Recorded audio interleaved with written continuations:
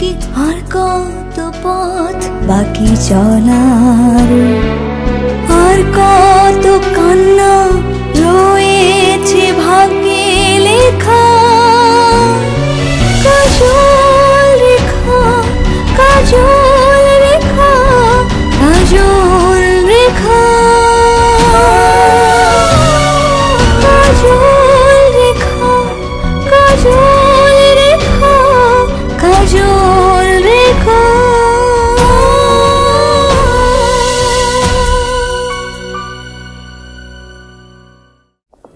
কিছু কিছু সূত্র তো বলে দাও। এই নাও।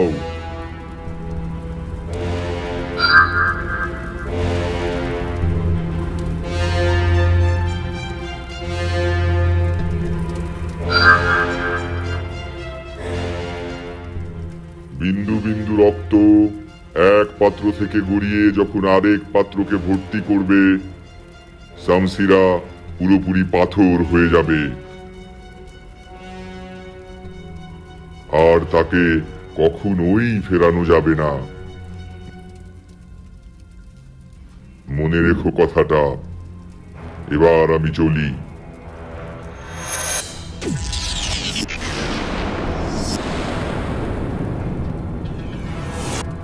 কি বলে গেল কালাজিন? এই পাত্র ভর্তি হয়ে গেলে আমার মা পাথর হয়ে যাবে। কি করব আমি এখন? হে আলোর শত্রু, আমায় পথ দেখাও। হে আলোর শত্রু, আমায় বলে যাও আমি কি করব এখন? কি করব এখন? চিরকালের জন্য অন্ধকারের রাজত্ব কায়েম কি বন্ধ হয়ে যাবে?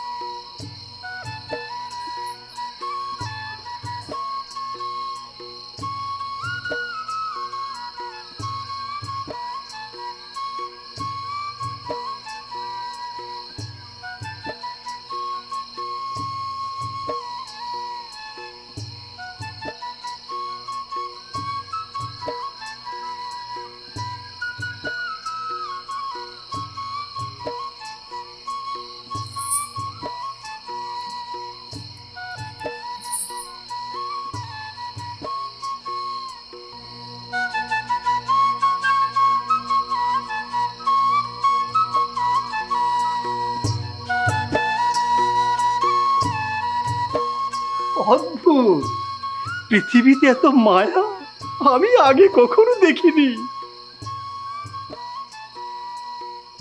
কি ইন্দিরার জন্য নাকি সেলিমের প্রেমের কবিতা? আল্লাহ, তোমার আশীর্বাদ বর্ষিত হোক এই প্রেমাস্পদ দুই ব্যক্তির উপর।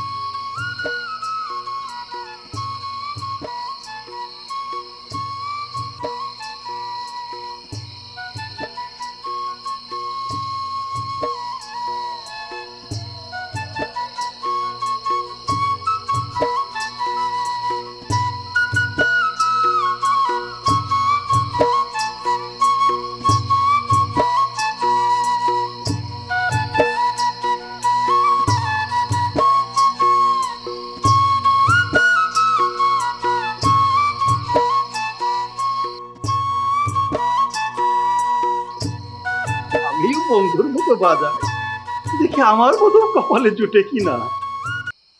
বাজাও ইজারাত বাজাও, যদি বাঁশির উসিলায় তোমার কপালেও কিছু জোটে। কি যে বলো বন্ধু, তোমার কিন্তু আমার কপাল অনেক ভালো। তোমার তো দুইটি, আমার জন্য তিনটি। বাজিয়ে দেখো কি হয়।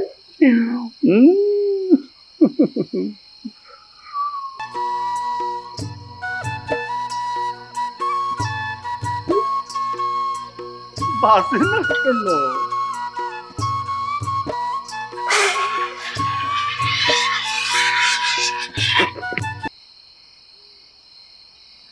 নাও তোমার তিনটে, এবার খুঁজে নাও।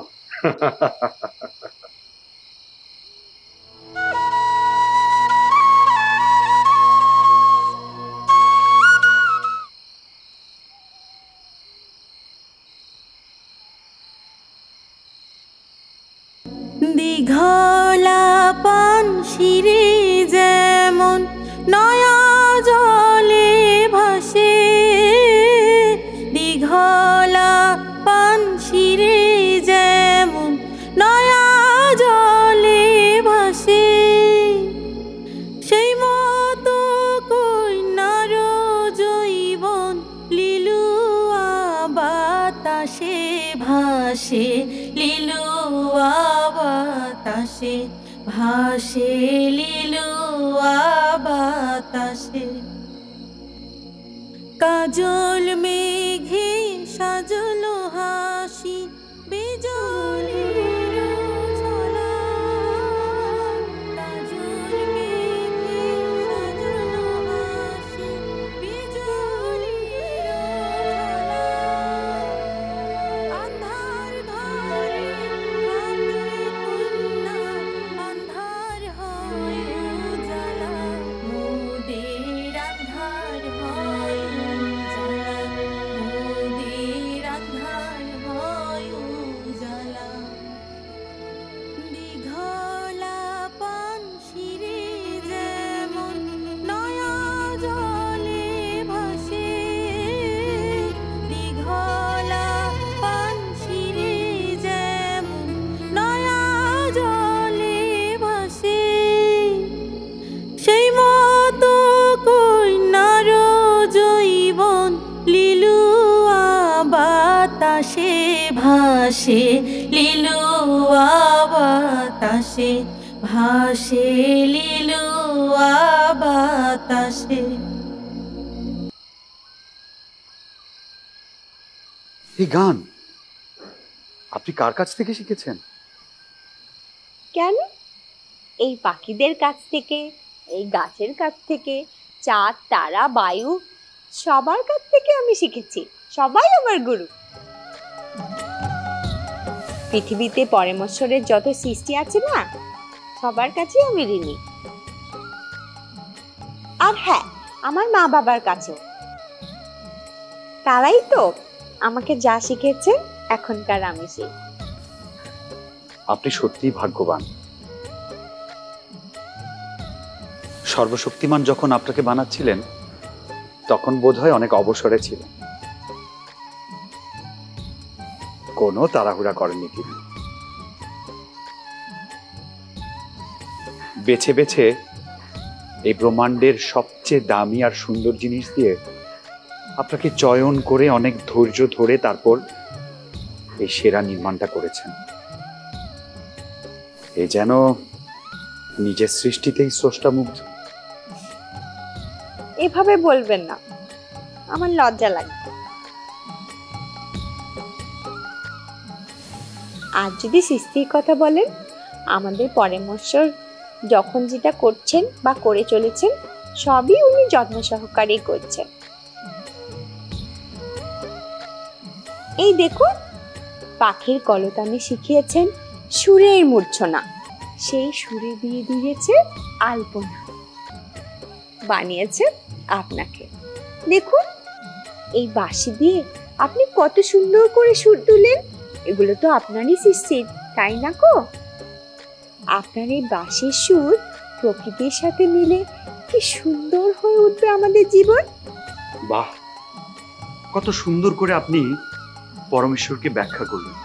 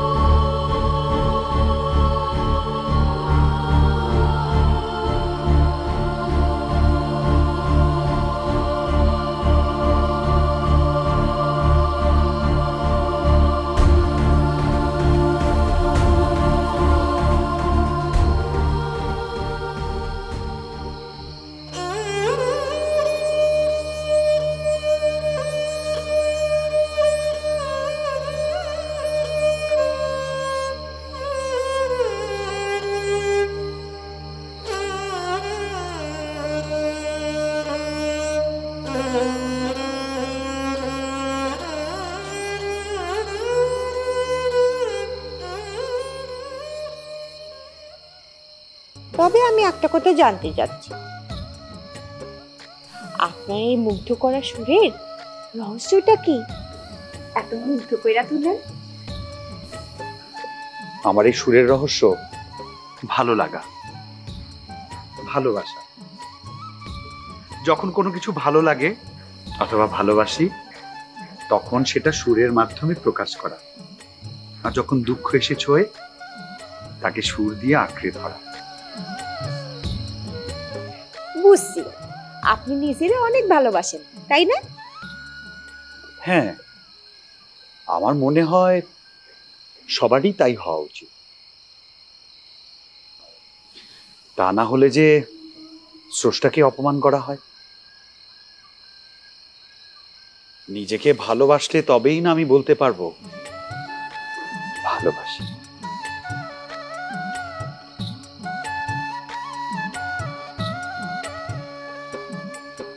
ওমা, এসব কি বলছেন? এই কথা কাউকে বলেছেন কখনো? হ্যাঁ, বলেছি।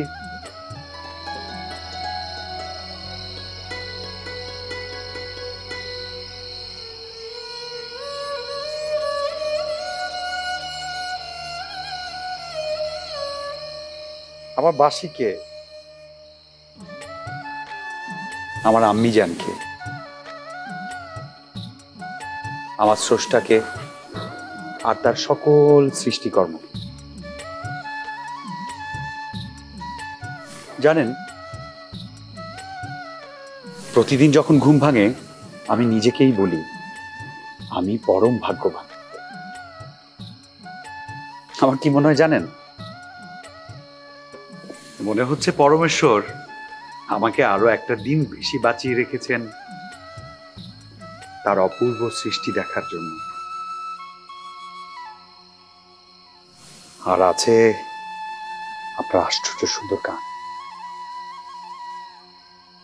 কি অপূর্ব কণ্ঠস্বর আপনার!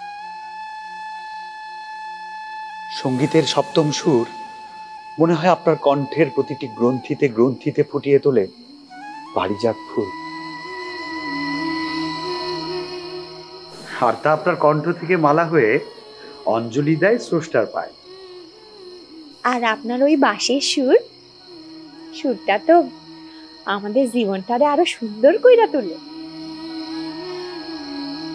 পরমেশ্বর নিজে স্বয়ং আপনার এই সুরকে অনুভব করে। আর এই সুর থেকেই তো পরমেশ্বর আমাদেরকে শেখান জীবনটারে কেমনে ভালোবাসতে হয়।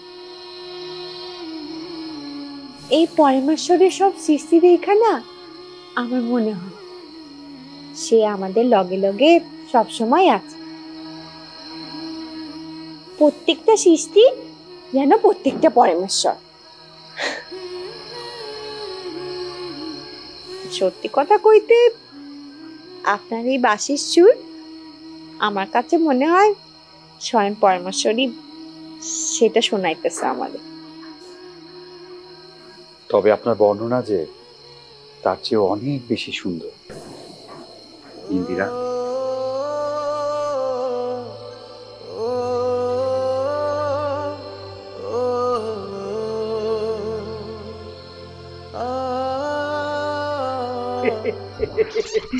কিন্তু এই বেলা না খেয়ে নিলে সুন্দর ব্যঞ্জনগুলো যে নষ্ট হয়ে যাবে, তখন এই সুন্দর ব্যঞ্জনের সৃষ্টিকর্তা তোমাকে গরম করেও দিবে না, আর মূল্য ফেরত দেবে না।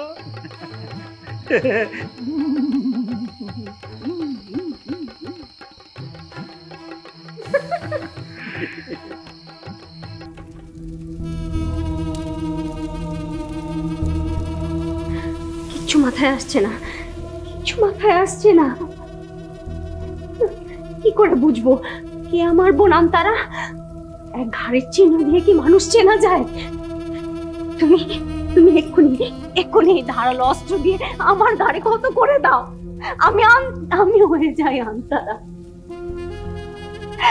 আর মেরে আসি এই কুসুমপুরের যুবরাজকে।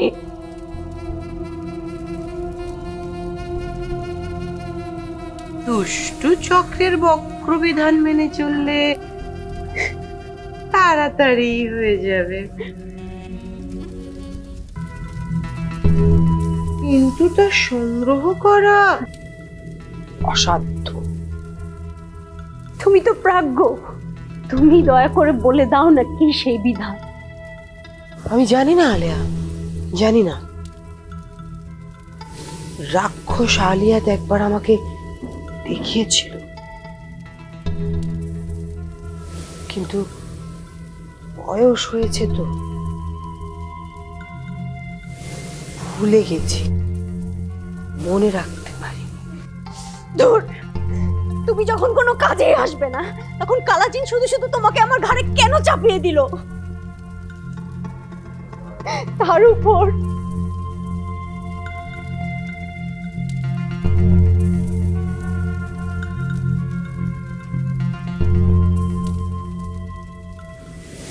আর এখন আমার প্রতি মুহূর্ত দুর্বিষহ করে দেওয়ার জন্য দিয়ে গেল এই রক্তিম সময় নির্দেশিকা,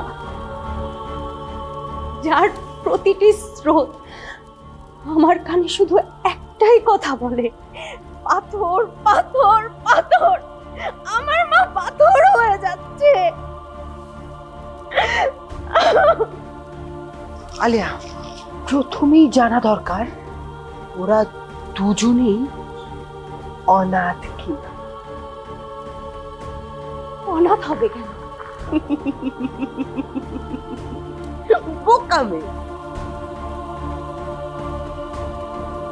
সে অনাথ না হলে তো তোর কাছেই থাকতো। সে কথা জানবো কি করে?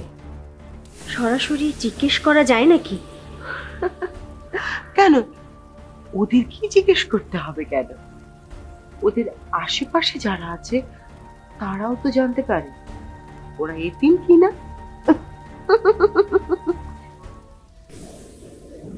দুজনার নজরে ওই ছোড়াটার দিকে। কোনো অঘটন ঘটার আগে এই তিনজনার মন ভেঙে চুরে চুরমার করে দিতে হবে।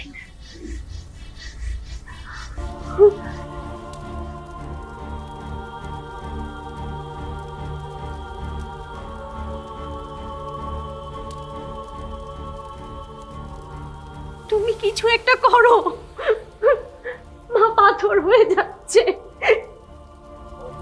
কখন যেন কাজল রেখা আমারও মেয়ে হয়ে উঠেছে, বুঝতেই পারি। তুমিও তাই বলছো? তাহলে একবার ভেবে দেখো, আমার অসুস্থ নূরজাহানের বুকে কি ব্যথা বাজছে। তুই ওরা উদ্ধার করতে যেতে পারলি না? আমার কথাটা তো শুনবি। আমি একলা দুজনের লেগে পারি বল? ওরা আসলে দুজনের হাতে আবার অস্ত্র ছিল, তাহলে আমি একলা কেমনে পারবো তুই ক? তার মানে তুমি জেগে জেগে ঘুমোচ্ছিলে? জেগে জেগে স্বপ্ন দেখছিলাম। হাওয়া জয় যাদের যুদ্ধ হচ্ছে, কি ভীষণ যুদ্ধ! বালাজি অতীত দেখা শক্তি।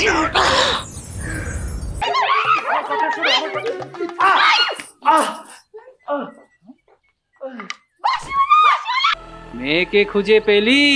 মেয়েকে এখনো পাইনি, আপনি আমাকে একটু দয়া করুন। আবার চেষ্টা করো, দেখো দেখো দেখতে পাও কিনা।